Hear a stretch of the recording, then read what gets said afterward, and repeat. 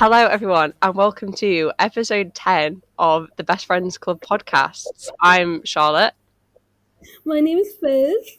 and today we've got an extra special guest with us. They very kindly said that. Yeah, we've been teasing you for a while.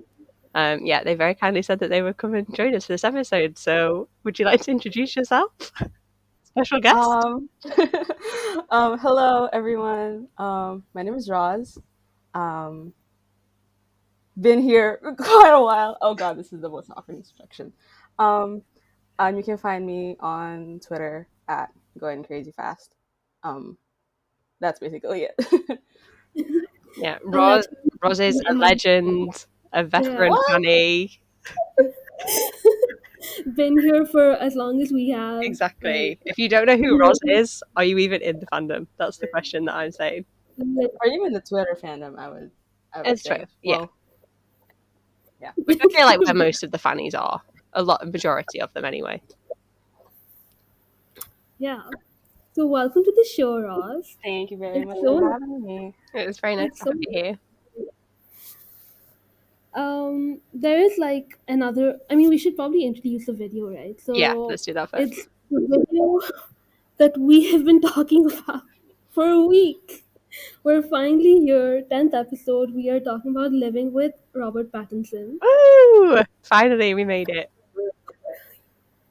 Which is anticlimactically not that long of a video. It's like 3.5 or 4 minutes long, but it is like the official Dan Phil moving in together update video. Yeah. And I suppose it's not technically a joint video because Dan is only in it for like 10 seconds. But I feel like we've said before, in the lore of Dan and Phil joint content, this is like the start. This is where it like really ramps up. So we had to do this one. For sure. Uploaded on August 11th, 2011. So they moved this summer, which seems very common for them. Like they have moved in the summer. Yeah, I suppose that's when Phil first moved into his flat, because not only leases on flats are like a year, so I suppose it makes sense. Makes sense, yeah. Yeah. So I mean, we can get into the video, or we can. I mean, I have a little bit of like history and context that I can discuss, and then we can all chirp in if we have anything to add. Yes. Go ahead. So, historian. The resident planning historian on the podcast. So 2011, they moved in. I feel like this was sort of like a big year for Dan and Phil in terms of like doing work and like projects. Like they did their first Radio 1 show in 2011, which is probably helped by the fact that they lived together. Wait, was that earlier? Like, was that after they moved in together? Yeah, so they did it in Christmas 2011. Oh, right. Okay, yeah. They went to Summer in the City, and I have such vivid memories of this Summer in the City. Not that I was around at the time, but like looking back on it, it was the one where it was literally just in a huge park in a field, and you could just go up and like meet them and chat to them. Yeah, it used to be like a huge, just like a little gathering, not as organized. Yeah. Yeah, that was about it. Also, some other fun information. So I did lots of background research by reading the Bible, aka Tabernakh.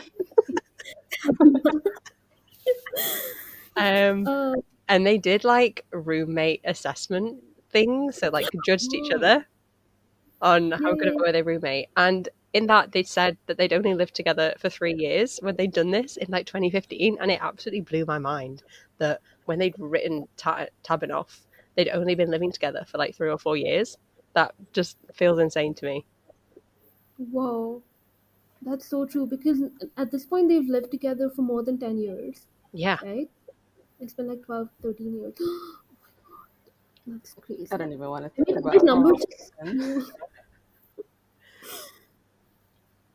I'm sure it probably blew their mind as well, because even though they hadn't been like living together officially, they were pretty much attached at the hip since like 2010. Yeah. Yeah, so I just found that insane that they'd only put they'd been living together for 3 years when they wrote Tabbing Off, because it feels like at that point that they'd already been in each other's lives forever. Forever, yeah. Forever. Forever. Like in Dan's words, they had not been separated since 2009 for more than 2 weeks until he went on a solo tour. Yeah. Which is, again, insane to think about. Like I think about friends that are in the same city as me, and I'm like, I go months without seeing them. What do you mean? They lived in different cities. Miles apart, miles and miles apart, and they still saw Same each time. other every 2 weeks. That's insane codependency going on here. But you didn't hear that from us. It's from them. It's like we're not even looking into it too far. They're just giving us this information. That's very true. Yes. So the roommate assessments, right? Yeah. Go ahead. I didn't actually read them. I just read the fact that they'd been living together. Sorry. I'm sorry. I can read them if you want. I've got them right in front of me. If it's yeah, Maybe there's something interesting that we can discuss. perhaps. Yeah, so Time had as roommate, they both put 3 years. Insane. Mm-hmm. The first thing that Dan said about Phil was that Phil is an incredibly messy person. I don't think he's ever made a coffee without somehow spilling enough sugar and instant powder to turn the kitchen counter into an ice rink of caramelized brown goo. Fair. I'm the Phil, so I'm defending him on this. Sometimes it's hard. Sometimes you don't get all of it into the cup. What team are you, Ros? I am team Phil, actually, because I agree. Even though I majority of the time I drink instant coffee, it's hard to get all of that in that mug sometimes. No, I'm clearly only Dan on this podcast. I'm outnumbered. Yeah, you're outnumbered. I'm outnumbered by Phillies. Wow. Next time we'll even the playing field, but for today you are, in fact, I'm the odd the one only out. Dan. Yeah. And it's not even Dan's not even in this video, so this is quite funny. That is, yeah. It's called a Valdor. We also get some information from Dan about Phil. When he has a shower, he has to use 10 towels to dry himself off afterwards. No, never mind. I'm back on Dan's side. That's annoying. Why? Why are you wasting so many? I get it, you're tall. But why do you need why do you need more than 2, I think. Dad's exact words in the book were, "What is this thing you call a towel? I wouldn't know, as despite owning 5, I've never seen them, as they're all on Phil's bedroom floor. Why does someone need 3 towels after having a shower? I get 2 towels if you want to put one on your hair. Not that Phil's really requires it, but what is the third one for? Shoulder drying, ankle drip protection, general emotional support." And so, did he ever answer? Do we know? I don't think so. I don't think we ever find out.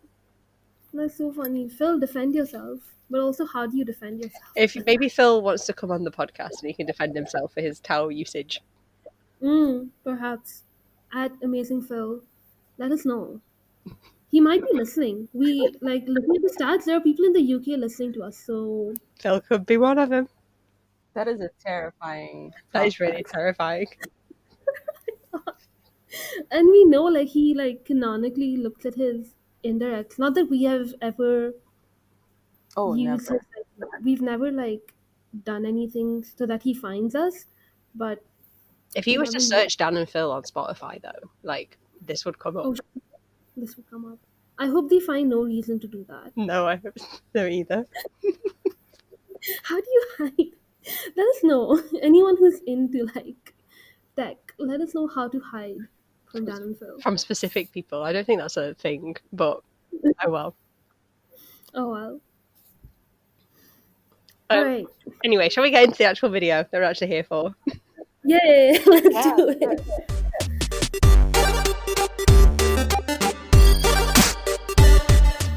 Ross, you can start us off if you want. You can go ahead and let us know your initial thoughts and feelings.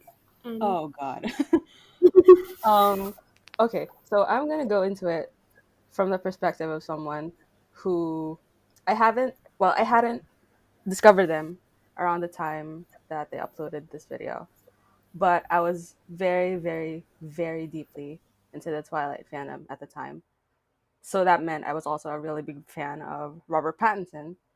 So when I did discover Phil in 2012 and I saw this video, I had a very weird reaction to it because this was Did you actually think that he was living with Robert Pattinson? no, but it was around the time where basically anyone and everyone on YouTube was just spamming their content with like clickbait thumbnails of like Twilight and Robert Pattinson and Kristen Stewart. So at first I was like, what in the world is he doing with a Robert Pattinson mask? So but Well, I when I mean, watched it, it yeah, made sense. Yeah. as we know, Dan and Phil have a long history with the Robert Pattinson Very, mask very long and history. just Twilight in general, to be honest. Yeah. It's like sort of a long running joke between them. I think one of the very first like joint videos I ever saw of them was their reaction video to Breaking Dawn Part 1. Yes, we've talked about that. We think we might also discuss that video when we get to it. I haven't watched that in a while, but I do remember having like a weird reaction to it at first because I was one of those like very like protective like Twilight fans because you know there was a lot of hate around at the time. But looking back on it, I think their reactions were justified. But yeah, I think they kind of like jumped on the bandwagon of kind of making fun absolutely, of it, but yeah. I think they did enjoy. I get the feeling that they did find it kind of camp and enjoyed the series. I thought that it came off a bit like that. I just Because no, enjoy how sort of out of the blue that review video came. Like, just, oh yeah, we're just going to talk about Breaking Dawn. Like, we've just gone to see it, and now we're going to make a video about it. Like, what was the reasoning behind it? to be fair, it's an insane movie. Yeah, Positive. It's an insane movie. I could talk about Twilight for like a whole other hour on Do its you, own. do you want to come back with the review video and then oh we can yeah, yeah. talk? Um, yeah. Um, in the video, did you guys notice like the sheets that he used are like they're not the ones that he had in the Yes. London pad, Yeah. but they're still green and blue. Like this was very much like a Phil branding thing. Now you've brought that up, I have a. How did he find like the same bedding? Unless like that was that old IKEA bedding, and then they like, rebranded and brought out new IKEA bedding in the same colours? Because I feel like that's really hard to find two like sets of bedding that are the exact same colour. That's what I'm saying. Yeah, I feel like it must have been IKEA bedding. Fan outfits, Charlotte. Please, can you find the 2011 amazing? I am fan outfits, Fizz, not fan bedding. This is tea, but like Charlotte, absolutely. I mean, I don't think you hate it, but like it kind of grinds your gears when people ask for things that aren't like clothes. If you're like, hey, what is this random item that Dan and Phil are holding from? I mean, it doesn't happen Um, that often anymore. I think. no, that's But yeah. yeah, I know what you mean. Yeah. You have to think if it's not IKEA, it's very funny that eventually he did go to IKEA and he was like, "Oh, this is so similar to the one that I have, and I really like it and I want it." Just Which very bizarre. I feel like also very on brand for Phil, in like the same vein of him not wanting to change his emo fringe because it was part of his branding. Like he didn't want to change his bedding because it was part of his branding. He's a businessman, The business. capital Leicester. I feel like they're just hoping the whole can of worms into Phil's like deep, dark thoughts and relationship around his YouTube branding that maybe a bit too deep to go into for a fun podcast. For a fun podcast for another time. Another Maybe. time, maybe, yeah. Also very. I mean, again, this is analyzing Phil, but it's very Phil to have a suitcase full of DVDs, like an entire suitcase just for his DVDs. I mean, as we know, which they kind had that huge shelf, didn't they, in the London one that was filled of, with DVDs and box sets. and it became like their DVDs and box sets. Like, it became a joint thing in itself. I mean, that was the whole thing. As soon as they moved into this flat, everything became a theirs and ours and us, not just that's Phil's, that's Dan's. Yeah. Yeah, like that became like a very. That's what we were talking about this earlier as well. Like, they stopped referring to themselves as like Dan and I, or I mean, there's the whole me and Phil thing that happened later on, but regularly they were just like we, us, ours, and you just knew who they were talking about. It Yeah, wasn't. I Yeah. sent Fizz some tweets from 2011 of them replying to people, and Phil was just casually using the word we and our, and whoever they were replying to would have just automatically known, oh, he's talking about Dan. He didn't expand on who he was talking about. It was obvious that it was Dan. It was Dan, yeah. Um, which is just hilarious that you sort of just become a unit, and you don't even that's like this is just when they had moved in together, but the whole Dan and Phil universe was already kind of a thing. Like, people were already like, oh yeah, they're a package deal. They come together. You can't really separate them. Which And became a running thing. Yeah. hmm, What are your thoughts, Roz, on the joint Dan and Phil branding and The combining their two codependency. names? The codependency of it all. I was one of those people who found it very endearing and very concerning at the same time. If that makes sense. Mm-hmm. Because at one point I really did truly believe that they didn't have any friends outside of each other, but well, now we know that's not true. Um, yeah, the fact that they adopted it so early on, like they were basically indistinguishable from one another, like to other people, and they just stopped referring to each other by name in videos, um, when they would just excuse me, when they would just assume that other people who've never seen them before just know like Who Dan who the is, other yeah. person is. If Yeah. Phil would talk about Dan, I feel it was more on Phil's side. If he would ever talk about Dan, he'd just say Dan, and he wouldn't expand on who Dan was. It would just be expected that you knew who Dan was. Yeah, and that was even before they became Dan and Phil. If you were watching one of them, they would just assume that you knew the other one. Yeah.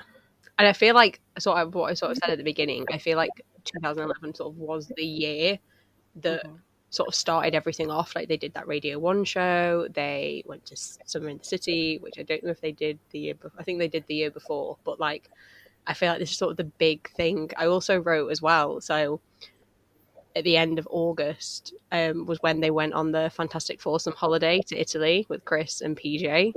So already, you can tell that there's this Dan and Phil branding sort of thing that's starting even in 2011.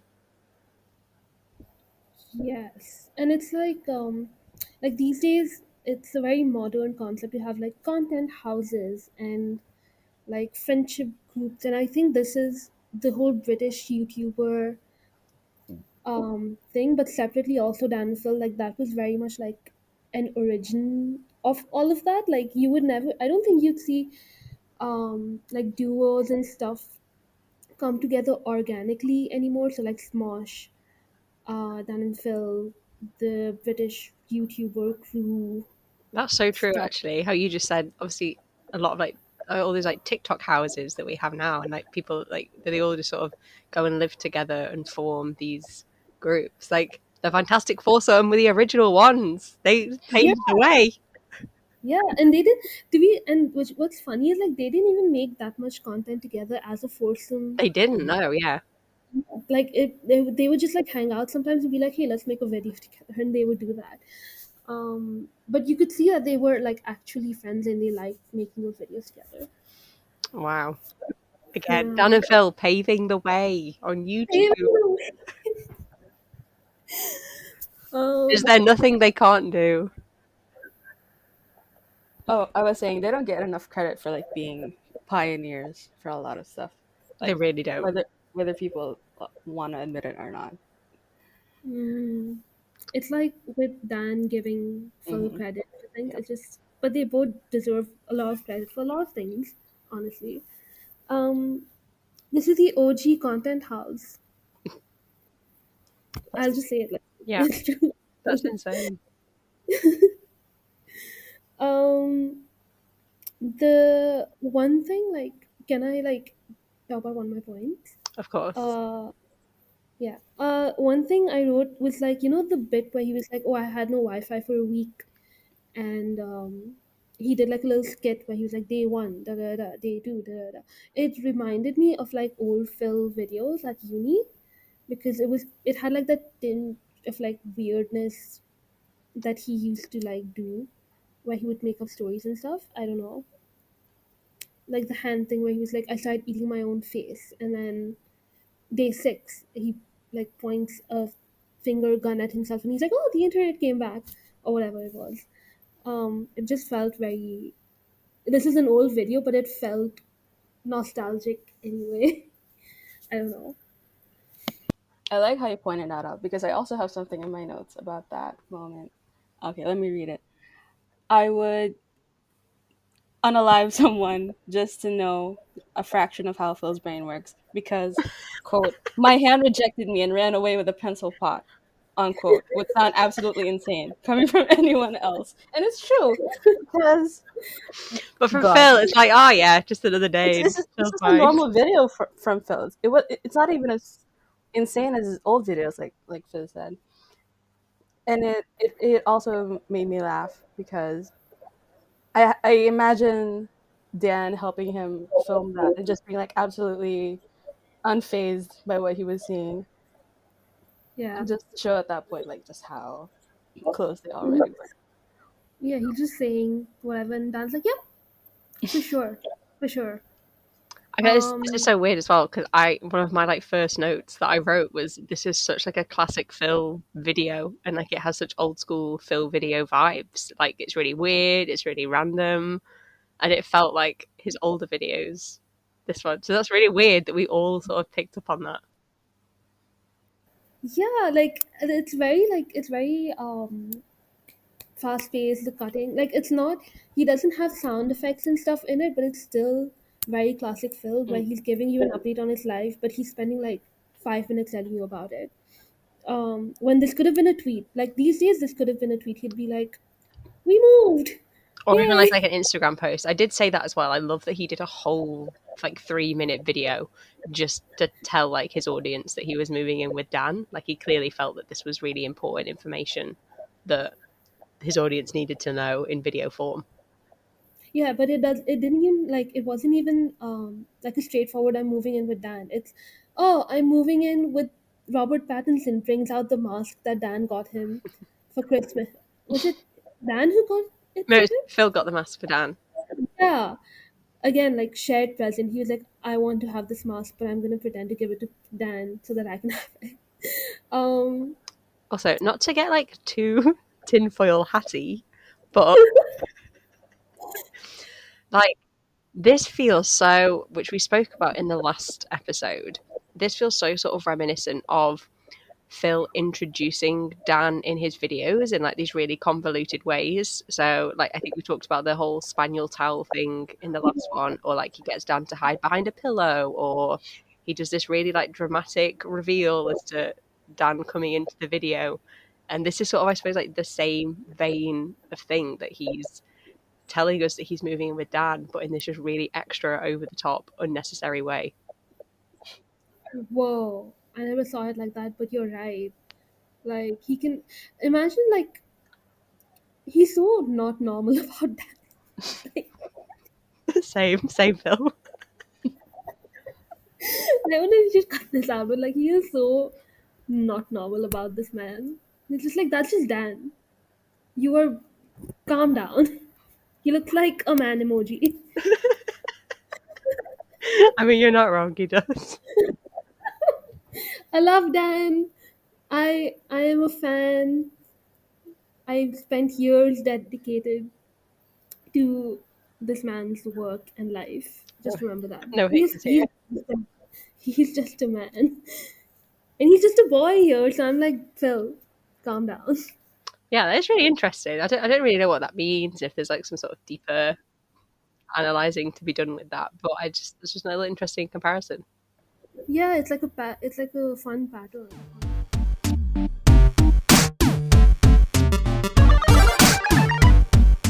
Then we have the Robert Pattinson mask, and then he's like, "You're gonna live with Bella." Ross, did it annoy you that he called Kristen Stewart Bella and not? Absolutely, I did. And I also wrote something here, and what was it? At the time, I didn't read into much why he decided to live with Rob and not Kristen, because I know they also have a Kristen Stewart mask, but for some reason he decided to live with Rob instead. I didn't think much of it at the time, but now it's like, well, that makes a lot of sense. I mean, it could be that they didn't have the mask at the time, but if they did, and he made the active choice to use the Rob mask, I think he did it for like comedic That's true. purposes. But also, like, it's funny to think that Yeah, your gay is showing, Phil. your gay is showing. There was I don't also think there was also that one line where he said they were gonna have long, relaxing times in the shower. literally his closet made out of glass. I was just about to say that. Phil was in the glass closet for this video. Like, at least pretend. I will say, like, Be Phil. subtle about it. Yeah, that's funny. He also said, "I'm gonna live with Dan this year." Like, Yes. okay, did he know? Like, did he know at all that they would end up living together for more than that? Or was he like, oh, just for this year, and then maybe I'll be able to afford to live on my own or live with someone else? It'll be fun. I also wrote that as well, because that was what a lot of the comments on the video were, that people being like, oh, let's live together for a year. And then it's like, oh, 5 years later, they're still together. They're still living. They bought a house together. Wow. Fellas, is it platonic to buy a house with your best bro? Totally platonic behaviour. Platonic behavior. But yeah, that is really interesting. I wonder if it was only supposed to be just for a year, or if it was supposed to be like a long-term thing. Because they couldn't have known. Like, they knew that, okay, at least for a year, at least while maybe it was like maybe while Dan's at uni or something, and then we know that Dan drops out. But yeah, very. Also, Dan's out of, like, he's on summer break at this point. Yeah. He's not. He's done his first year at this point, I think, or first semester or something. He's done his first year, and then that's all he does. So he doesn't go back in September, because his college dropout video came out in the November of 2011, where he addressed people saying, oh, why aren't you in uni? And then in Tabanoff, it shows the letter that he got from the university, acknowledging that he's withdrawn from his law degree with effect from the 6th of June 2011. So even before this, like, he's already sort of out. Whoa, I don't remember that, but that's crazy. So he's already out when they've moved in together. Yeah, so I think he'd like taken a break and then was deciding if he was going to go back or if he was just going to quit completely, and was probably going to have like a year out to figure out life stuff. Oh, right, because he said, I'm going on a gap year or something. Yeah. Oh my god. Which is, now it's even sort of like more interesting, because he could have easily gone back to live with his parents, but he was like, no, I'm going to stay in Manchester and Yeah. I'm gonna live with. That's great. Good for Dan. And this makes sense. Live with At this Phil point, or go back home. I know which one I'd pick. I know which one I'd pick for sure. As someone who recently moved out, I get it. I sometimes wonder, like, whose decision it was to like actually get a place together, because Ooh. like as we know, Dan was already living out of Phil's um tiny Manchester apartment before this one, Mm-hmm. and Mm-hmm. making a lot of use out of his laundry machine, honestly. But I wonder if um it was like Dan who was the one who like actually stepped forward and recommended that they actually move in together and start like taking their joint career seriously, or if it was Phil, because at that point he was already used to living with Dan. That it just seemed like the natural next step. Interesting. Do you have a theory on who you think it was? I definitely think it was Phil, because at that point, like the lease on his previous apartment probably was already up, Yeah. and because um, Dan was already living with him, it made sense. But at the same time, it would have been interesting if it was like Dan who was like, "Come on, let's do it." And Yeah, I I don't feel like know, for the maybe time, yeah. it makes more sense that it was Phil to like Hmm. sort of step up and say, "Hey, I need to move out. You've basically been living with me anyway. Let's get a place together." Yeah, I think so too. I agree. I think it must have been Phil. And just like logistically, it made a lot of sense for them. Even if they weren't branding themselves as Dan and Phil in the summer, like, oh, it makes sense to live with another YouTuber, like someone who gets it. I feel like if he had to live with someone who wasn't a YouTuber, he'd be stressed about explaining what his job is. That's true. Also, like, at that point, you're like, oh yeah, I talk to a camera and make money out of that. People will be like, I don't really want to live with a porn star, like a filmmaker, and Dan's just there. So, and he might go back to uni. Like it just made it. I get it. And also, like at this point, like frankly, they were each other's best friends, and who doesn't want to live with their best friend? That's very true. Yeah. I also wonder as well if obviously Dan had just sort of quit uni for the time being and was maybe like, "Oh God, I'm going to have to move back home. I don't want to move back home," and like saying all this to Phil, and then Phil was like, "Well, I've got to move out. Let's live somewhere together, so you don't have to move back home." Mm, yeah, I see that. I see that. Yeah. Oh, I never thought about that. That's cute. That is very cute.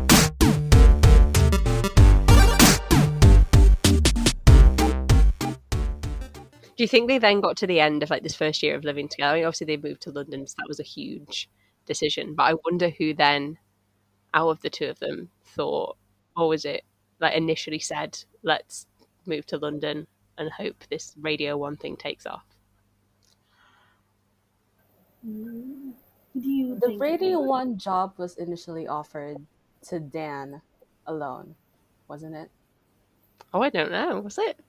I believe What? that I believe it was only offered to Dan, and then he said that he wanted to do it with Phil. Um, so maybe I can't say with certainty, but I think Dan may have been the one to suggest moving to London to try and make it work, because Phil mentioned in one of his Day in My Life videos that they basically had to give up all of their savings Yeah, yeah, to Yeah. go up and move to London. That doesn't sound like something Phil maybe would try absolutely and not. risk on his own. So maybe Yeah. Dan was the one who like pushed to actually move to London. But I definitely remember that it was just supposed to be Dan on the radio show. I could be Interesting. I did mistaken. not. I didn't know. How did I not know that? I I I don't remember where it was from. I just have a very faint memory of it. Which is the theme Mm. of today's episode. So something that I've been trying to research for the past sort of 12 hours is I have this really strong memory in my head of Dan or Phil or both of them talking about Phil's parents being basically like a guarantee, I don't know what the word is, on like their flat, and basically saying that if Dan and Phil couldn't pay the rent because YouTube was such like a unknown job, that Phil's Mm. parents would pay the rent. And I have such a vivid memory of them talking about this, and I've spent all last night and this morning trying to find the source of this information to absolutely no avail. I think it must see my immediate thought is because I don't remember this from a video or from a live show, so I think it might have been like a stereo show because they were in between moving at that point as well. So Hmm. they must have talked about that. But I think Phil has deleted them or privated them on his because they used to be uploaded, right? Or am I Yeah, wrong? like sort of what's the word? Like a highlights version of them, not the actual full thing. Hmm. If there's like an archive of those, Which there are. They are all on YouTube to watch. hmm, we should at least I can probably because I really want to know now because I genuinely same I remember that. So again, if this is like a joint Mandela effect. Which I don't think it is, because lots of other people have agreed with me and said, "Oh yeah, I remember Phil saying that." Okay, yeah. So, that's so frustrating. If anyone listening to this has any idea what the hell we're talking about, please let us know. Please Because come forward. we're probably still gonna keep looking it up after we finish recording. Yeah, please, please, please let us know. Like, I think I could have sworn that I'd written it out as like a tweet or a draft tweet, but I've searched through all my tweets with all words that I could think that I would have used, and it's nowhere to be found. But I have such a vivid memory of thinking, "Oh God, like wow, that's such like a huge thing that Phil's parents have like, or his whatever, have agreed to say, oh yes, if they can't pay the rent, then we'll pay the rent." I I don't know if this is like sort of a standard thing that happens anyway. I still live at home. I haven't moved out yet, so I don't know if that is like a thing in the UK that you have as like a backup person who will pay the rent if you can't. I don't know. I don't really know the details of this story, but it's in my brain and it won't leave until I find out the answer. Seriously, same. Like I have to know. But also, I will say I'm not from the UK, but it when I signed my lease, I did have to give like another person's name and like be like, oh, they're like my second contact in case anything goes wrong with my contract. So it is a thing here. It probably is a thing there as well. Yeah. Hmm. I also haven't moved out yet. I still live with my parents, but I will say, that definitely sounds like something Phil's parents would have done. Um, Maybe not like sign on as his guarantors or whatever else it may be called, but I'm like very very sure like that they gave him like a year to figure out like what he wanted to do like as a job, and they were Yeah. like willing to help him out with rent. Mhm. Yeah, yeah, that does seem like Phil's parents. From Yeah. what we know, they are lovely, lovely people. Who are like very supportive of everything he's ever done. Which, yeah, good for him. Good for Phil.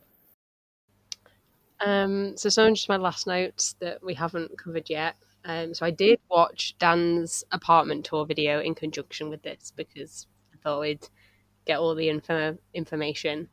And we find out that Phil gets the bigger bedroom because he has the most subscribers. Yes, I remember this. I remember this because he had more subscribers. So he got the one with the ensuite. He did, On, yeah, that's funny. which I always remember finding hilarious. Like when I went back and like watched it when I joined the fandom in like 2012, like 2013, because it was so funny that Phil had more subscribers then because like Dan had like way more than Phil.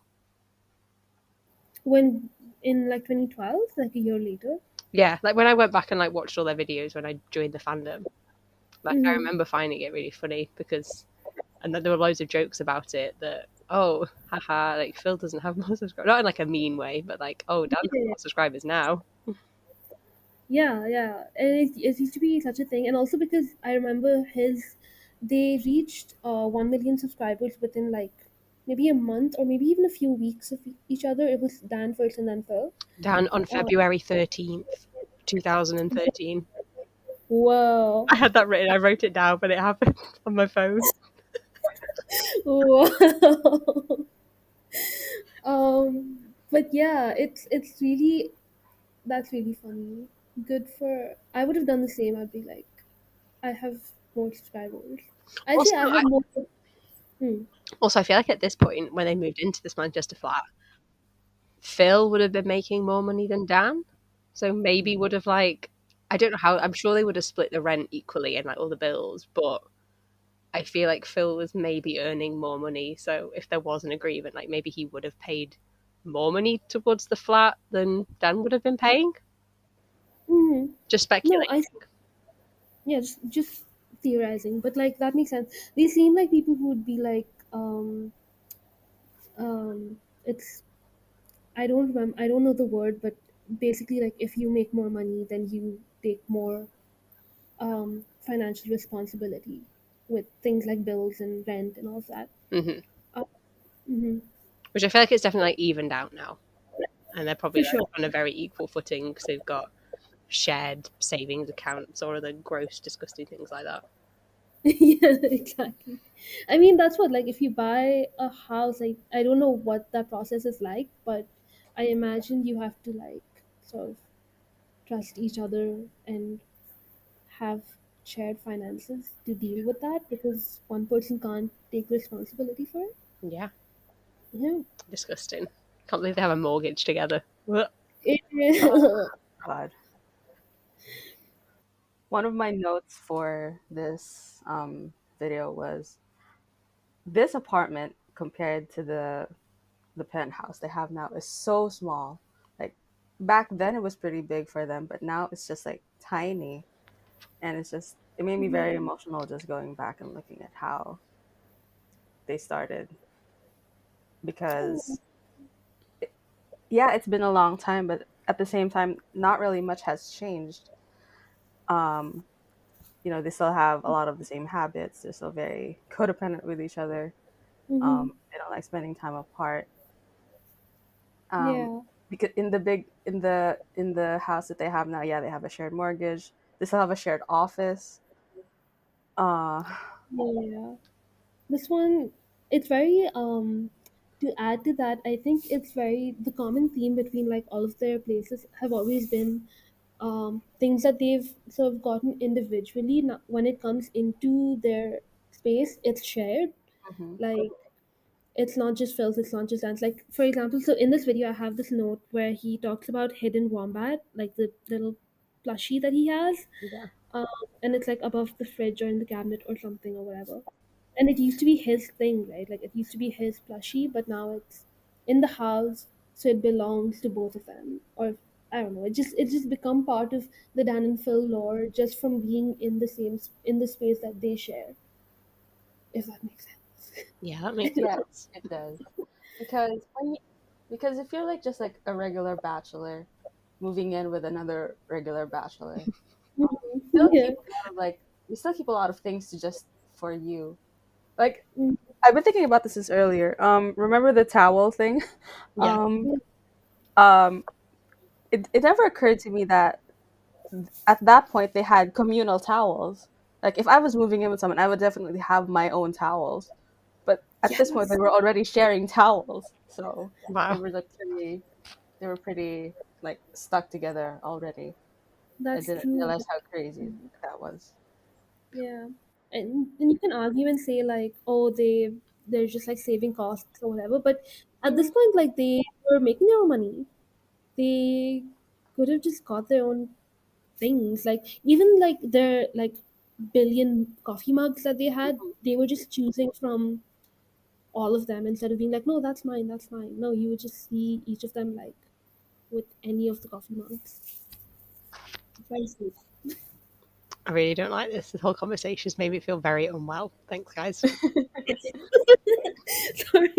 I think Sorry. it's just these like little reminders, like when we talk about it, like just how much of their lives. I suppose this is like the catalyst and moving in of everything of theirs, like just combining together and becoming one thing. Mhm. It's like it's the sort of I don't know the word, but it's the them saying us and we and ours, and it you see it in their like possessions as well. Yeah, It's just and like that, I think it's like it very easy to take all of this in like a sort of shippy way, and like we're not specifically saying that this is in like a shippy way at all. Like just even as like a friendship and relationship that they clearly have a very close bond. Like, it's just insane that all of this, like, everything just became a shared thing. And they didn't have, oh, that's my mug, that's my towel, that's my games console. Because it's very easy for them, like it is very easy if you have roommates or if you're living with people other than your family. It's very easy for them to sort of become background, I'll say characters for want of a better word, like characters in your life. Like if they were just YouTubers who decided to live together, they could still have made like their own content and mentioned each other in videos, like, oh, my roommate Dan or my flatmate Dan. But no, they're just like, no, we're going to actively put each other in our videos and make something out of this. It's very interesting, I think. um because honestly, they honestly could have, because their content isn't that similar to each other if you think about it. Like Dan Yeah, is you're very right, because right. Dan, like, I feel like Dan's like an OG video essayer because he likes commentary and he likes talking about that sort of stuff. And Phil is more like, I will tell you everything about my life, but you will not know anything about me. That's Phil in a sentence. So accurate. Like, he is enigma, but I know so much about him I don't want to know. But yeah, so like it shouldn't work, but they somehow do. It's just disgusting. I've made myself sick with the things I've said right now. So Honestly, Dan, um Dan and Phil need to be studied, like, by professionals. They need to be in some sort of experiment, not like, indeed, like some sort of an experiment where they're studied and they're watched and they're analysed, because I feel like we could learn so much. yeah, 100%. Also, going back to like 5 minutes ago, what Ros said about how watching them like in this and how like nothing really has changed. Like, I feel like that's one of the biggest things that's come out of us doing this podcast is, while they've obviously like grown up and things have changed, like the very core of who they both are like hasn't changed at all. They're still the exact same people. They have the exact same habits. They have the exact same jokes and things like that. Yeah, yeah. It's just evolved. I think as they've grown, it's just been added on to. Like they've always been complaining about little things that the other does that's annoying, but it's just been like added on. You'll see in the future when we get into like day in the life in Manchester, Phil is already stealing cereal and like all of these things, like Dan sleeping in, this and that. Um, I can't wait to watch that one again. same. But we'll get into that. We don't have to talk about that now. One my last note about the actual video is we have a Drawful Naked, We which is the do. first one, which is the first one we're talking about. But I think he'd already started it at this point, right? I honestly have no idea. I don't know the origins of Draw Phil Naked. Yeah. But another like very iconic thing that was part of his videos that we don't have anymore. Rest in peace. Probably good. Probably a good thing. I'm very sad that he got rid of Draw Phil Naked. I feel like he should have kept them in. He should have kept that in. Would Maybe, love to know why he if you're stopped. listening, Phil, why did you stop Draw Phil Naked? Bring them back. Bring them back. Um, they were very fun. I wonder if it's because he like realized how young his audience was getting, and he was like, "I'm a grown man. I don't need them drawing me naked." But they were like very tasteful. Maybe he could bring Pictures. it back as like, I mean, people draw like actual very nice like naked art of them both. Um, maybe he could bring it back, but in like a classy way. In a classy way. Uh, maybe. Phil, can you bring Drawful Naked back? Please. They're funny. This one was funny. It was like Goku, like the Dragon Ball Z. Yeah.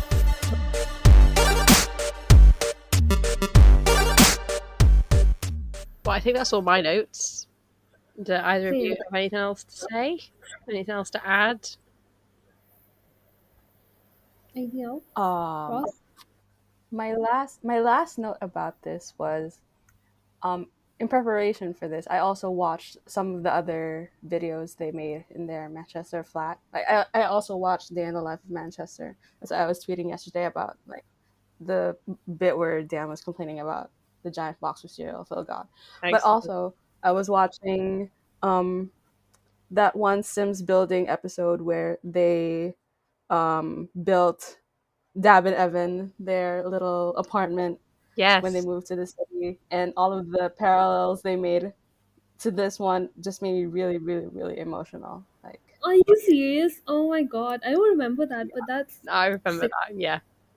That is sick and twisted. No, I think what makes me disgusting. so basically, happy is how fondly they talk about the Manchester flat. Like it yeah, really was. I feel like the place where they like became them, and Mm-hmm. yeah, they love it basically so everything much. happened here. Yeah, Yeah.